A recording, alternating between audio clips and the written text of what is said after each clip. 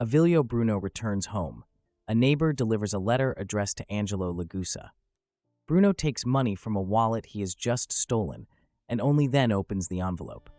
Inside are photographs and a list of names. Later, Bruno recalls the events of 7 years ago. Back then, his name was Angelo Lagusa. That day was his birthday. In the living room, he played with his younger brother Luce and his best friend Corteo. When Corteo went home, his father came back. Angelo and Luce played hide-and-seek and hid in a wardrobe. A few minutes later, armed men burst into the house. They had an order to wipe out the entire Lagusa family. Frightened by screams and gunshots, Luce ran out of the wardrobe. Before Angelo's eyes, the bandits coldly killed his whole family. While they searched the house, Angelo managed to escape. He ran to his friend Corteo, hoping the mafia would not reach there. Corteo sheltered him and tried to comfort him. In the morning, Corteo saw only ashes where Angelo's house once stood. Years passed. Corteo worked illegally as a bootlegger. That evening, a messenger from the Orcco clan came to him. He demanded that Corteo agree to supply alcohol to their group. Corteo refused because he hated the mafia and did not want to deal with them. The guest left, but then another man entered the house with a bat and began smashing everything for his refusal. At that moment, a stranger came in, grabbed a crowbar, and quickly neutralized the thug. It turned out to be his old friend Angelo, whom he had not seen for 7 years. Corteo confessed he never wanted to make moonshine, but it was the only way to earn money for his studies. Angelo persuaded him to agree to sell alcohol to smugglers for the sake of their friendship. Together, they went to look for clients on Shokuso Island. In one pub, the owner at first did not even want to listen to them, but one customer tasted the gin and recognized its high quality. They began to negotiate prices and volumes. Suddenly, armed men burst into the pub and interrupted the talk. One of them said he was from the Orcco family. They found stolen alcohol there and accused Nero Venetti's son of Don Venetti. The owner reminded them that fights on Shokuso Island were forbidden, but the gangsters did not calm down. One of them pointed a gun at Corteo and asked if he was Nero Venetti. Then Angelo stepped forward and said that Venetti was him. In a split second, he grabbed the gun and held a knife to his opponent's throat. Two guys who were about to buy gin from Angelo and Corteo interfered. In the confusion, the four of them managed to escape but had no weapons, so they threw bottles of alcohol at the bandits. Then Corteo splashed hot paraffin on the enemies, and from a spark, everything around caught fire. Using the fire, they ran away. On the street, the new acquaintances accompanied them. Soon, all four jumped into a car and drove off. Later, it turned out that one of those guys was the real Nero Venetti. Now, Angelo Lagusa calls himself Avilio Bruno. With his childhood friend Corteo, he managed to arrange alcohol sales with the son of Don Venetti. That day, Avilio and Corteo delivered a batch of alcohol to the Venetti family. Don Venetti was marrying off his daughter to the nephew of the head of the Galacione clan. Galacione acted as a counterbalance between the constantly feuding Venetti and Orcco. A few days later, Nero and his men had lunch. Vano Clemente recalled Avilio and said he seemed like a decent guy, and so did his friend.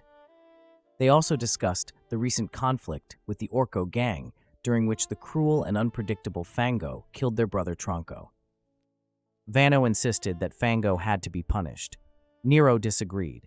He said the Galacione clan was against open war between Venetti and Orcco, and rules must be followed. He suggested giving the job to someone outside the clan, and recommended Avilio as a suitable candidate. After such a service, Avilio would be accepted into the Venetti clan. Avilio agreed. The killing was planned for Wednesday night in the house of Fango's mistress. Avilio could kill her as well if he wanted. Corteo thought Avilio's plan was madness, but Avilio said he had no choice. He showed him the letter from his father's friends. They wanted to help him take revenge for the murder of his family. Inside were photographs and the names of those responsible. To carry out his plan, Avilio had to infiltrate the Venetti clan. At the appointed time, Avilio sneaked into the apartment, but Fango noticed him and dodged the attack. Then he jumped off the balcony and escaped. Serpente, Fango's partner, broke into the apartment. Vano Clemente, together with Avilio, took Serpente to the cemetery and killed him on Tronco's grave. Later, Avilio told Corteo he knew who murdered his family. It was Don Vincent Vanetti, his son Nero, and Vano Clemente. That was why at the cemetery he shot Vano Clemente. Before his death, Vano asked Avilio who he was. Avilio calmly answered that he was the surviving son of Lagusa. Avilio accepts the offer of Nero Vanetti to kill a member of the rival group Fango. In return, he expects a place in the Vanetti clan. Corteo does not sleep all night, worrying and waiting for his friend. In the morning, Avilio appears and admits he missed and Fango managed to escape.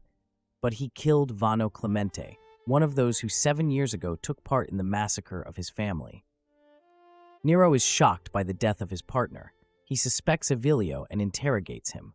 The situation becomes more complicated with the disappearance of the body of Serpente, who was killed the day before by Vano himself. Corteo begins his own investigation. He comes to Chiroto, a small bootlegger, and asks where he was last night. He knows that Chiroto was near the apartment of Fango, and now he is suspected of killing Vano. Corteo promises to keep silent if Chiroto tells the truth. In an expensive restaurant, Don Orcco dines with his men. Displeased with the taste of lasagna, he humiliates the cook. At that moment, Fango appears and complains that someone tried to kill him during the night.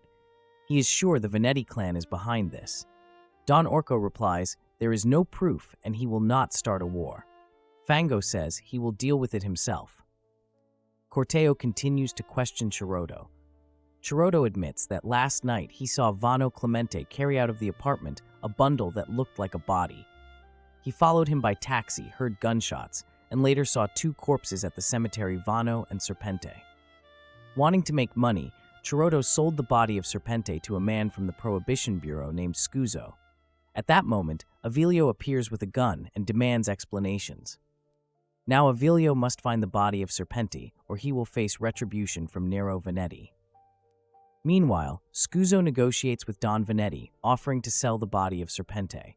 Don agrees, otherwise, the Orcco clan will want revenge for their man, and this will lead to war, which Galassia, who controls both families, does not want.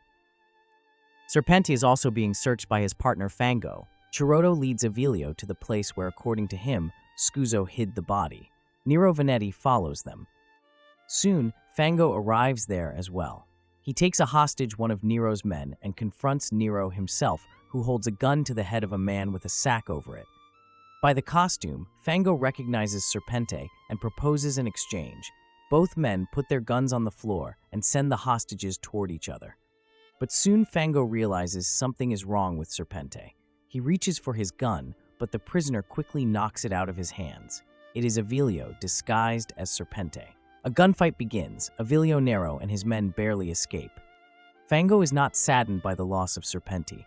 On the contrary, he is happy because now he has a body, and this is a reason to start a war against the Vanetti clan.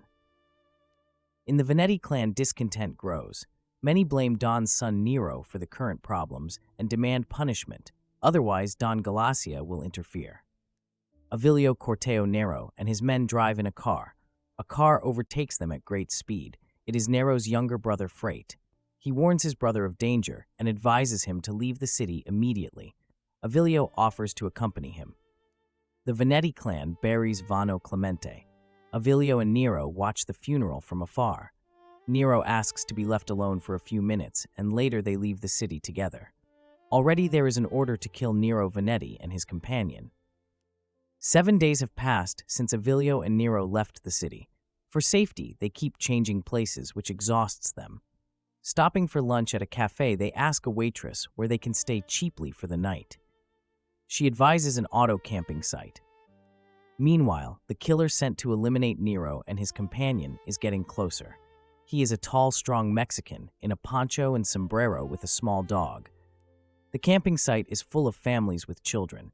Nero loves kids, so to entertain them, he shows his juggling skills. The children are delighted but ask for more. Then Avilio, without hesitation, demonstrates his pickpocketing talent, pulling wallets out of pockets. In the evening by the fire, Nero and Avilio share childhood memories. Avilio asks Nero about his first mission in the clan. Nero recalls he was only 14 when he and 3 others were sent to deal with a man who stole money from the family. Nero had to shoot at a running child but missed, and the boy escaped. Now Avilio needs to know who was the fourth person that night during the massacre of his family. The next day, they continue their journey and arrive in a small town. The local sheriff approaches them. Nero slips him money and asks where to find illegal alcohol. The sheriff gives him an address, while Avilio secretly steals his wallet. Later, Nero calls his men and learns that a killer has been sent after him. At an underground bar, he runs out of money and starts arm wrestling for cash. Thanks to his strength and wrestling skills, he quickly earns enough for drinks. The fun ends when a huge man enters the bar. It is the assassin. A brutal fight begins and spills into the street. Avilio hits the giant with a car, but the man rises almost unharmed. They manage to escape, yet the dog tracks them by smell. Nero empties his gun into the brute, but he keeps attacking, even with a knife in his back. Only a shot to the head from the farm owner finally ends the chase. Later, Nero calls his men again and learns of a rebellion in the Orcco clan. It was started by Fango, who wants to take the Don's place. The Orcco family now seeks peace with Vendetti. Nero thinks he can return, but a friend advises to meet first at a safe place. Nero and Avilio arrive at an underground distillery. To Avilio's surprise, his friend Corteo is now in charge of the whole process. When they are alone, Corteo directly asks Avilio when he plans to kill Nero, since he is on the revenge list. Avilio replies that first he will use him to reach Don Vendetti. When Nero and Avilio arrive at the Vendetti mansion, Nero is alarmed by the large number of guards.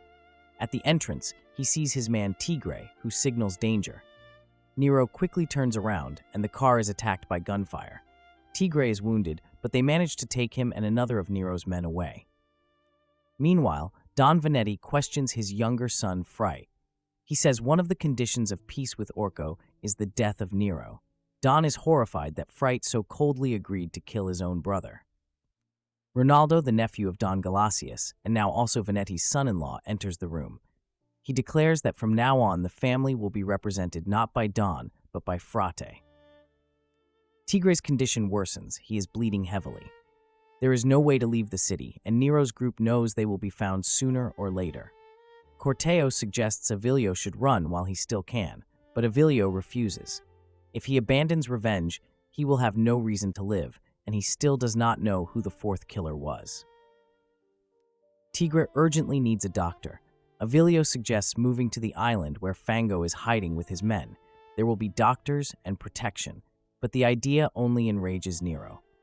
Late in the evening, Avilio signals Corteo, and together they secretly leave the shelter.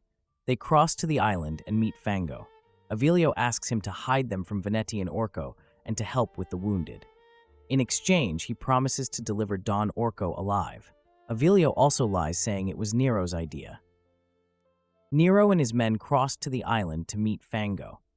He expected to hear how Nero planned to deliver Don Orcco to him as a gift, but Nero made it clear that he was too hungry and wanted food and drinks first.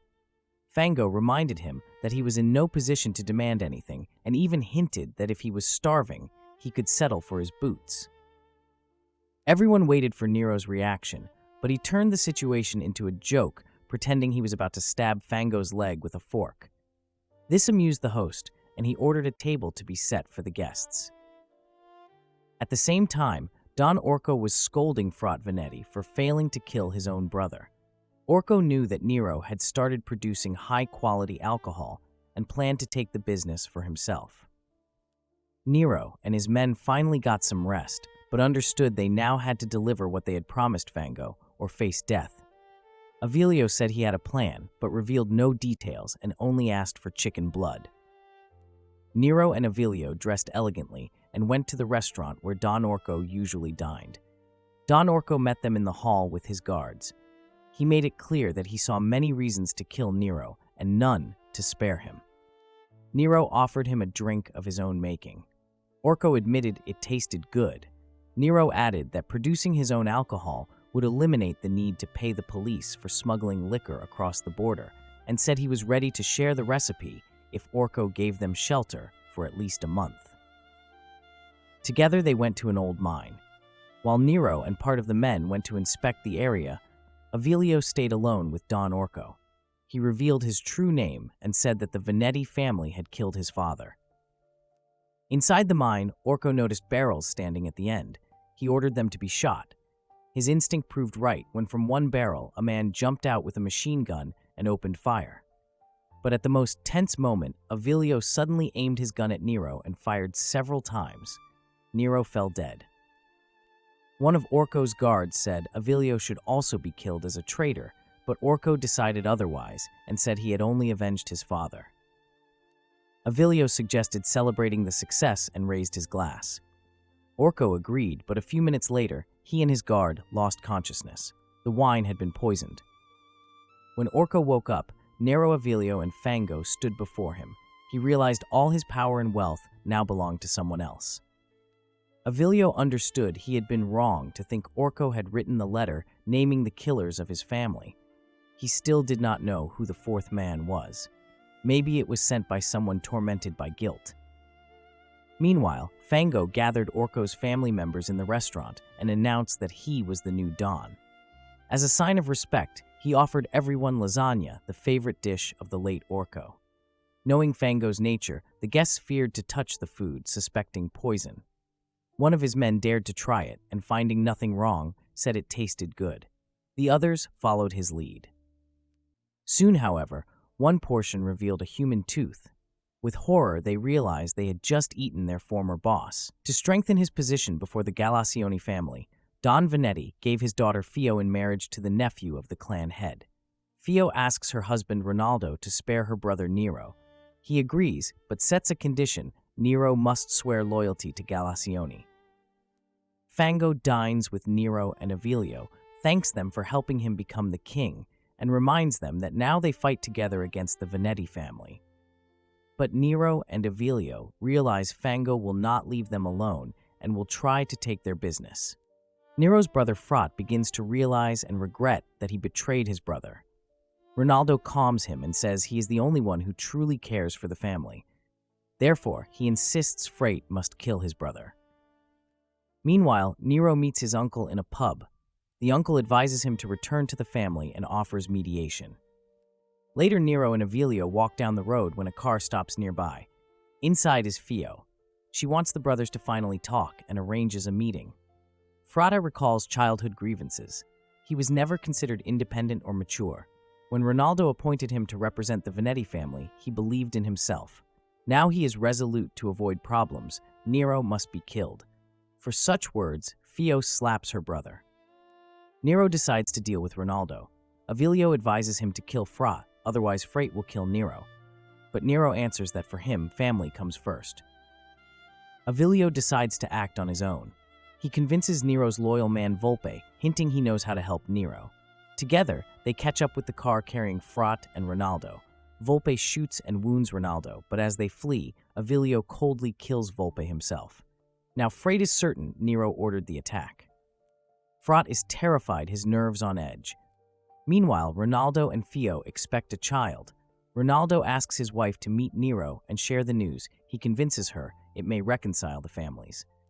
Fio calls Nero and invites him to her, but Avilio arrives instead with a huge bouquet and a note. Nero will come later.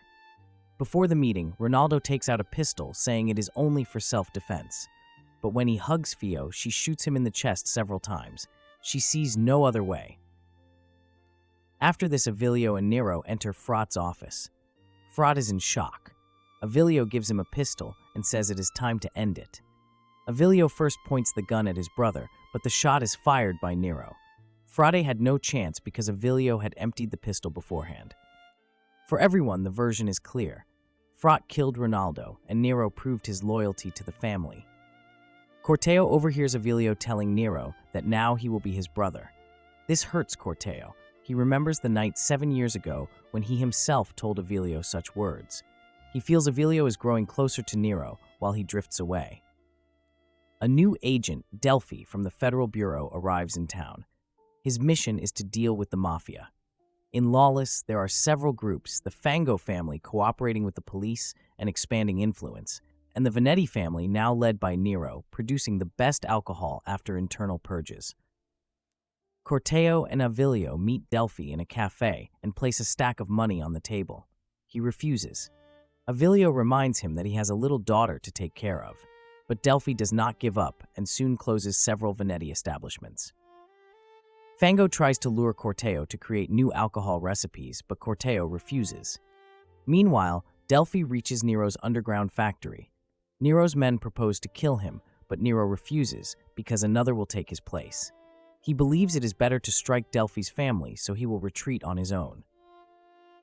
Avilio goes to deal with Delphi's family. Corteo dislikes this. He reminds Avilio that his vengeance must be against the Venetti family. Avilio throws money at him and asks to disappear from his life. In rage, Corteo throws the money back and says it was Avilio who dragged him into all this. Delphi receives an anonymous warning to stop the investigation. He refuses. Minutes later, a car explodes, the one meant for his wife and daughter. Fortunately, they had not entered it yet. After that, Delphi stops the case. Nero survives an assassination attempt. He demands to find the traitor because only a few knew his location. After this, Nero's security tightens. Only his closest men are allowed near. Avilio notices Corteo acting suspicious. Later, Inspector Scusa, reinstated to his post, comes to Fango. They decide what to do with Corteo since he knows too much. At night, Fango summons Corteo. He shows the bloody corpse of Inspector Scusa and says he already has the recipe for his alcohol. But he will not kill Corteo. Instead, he plans to hand him over to Nero.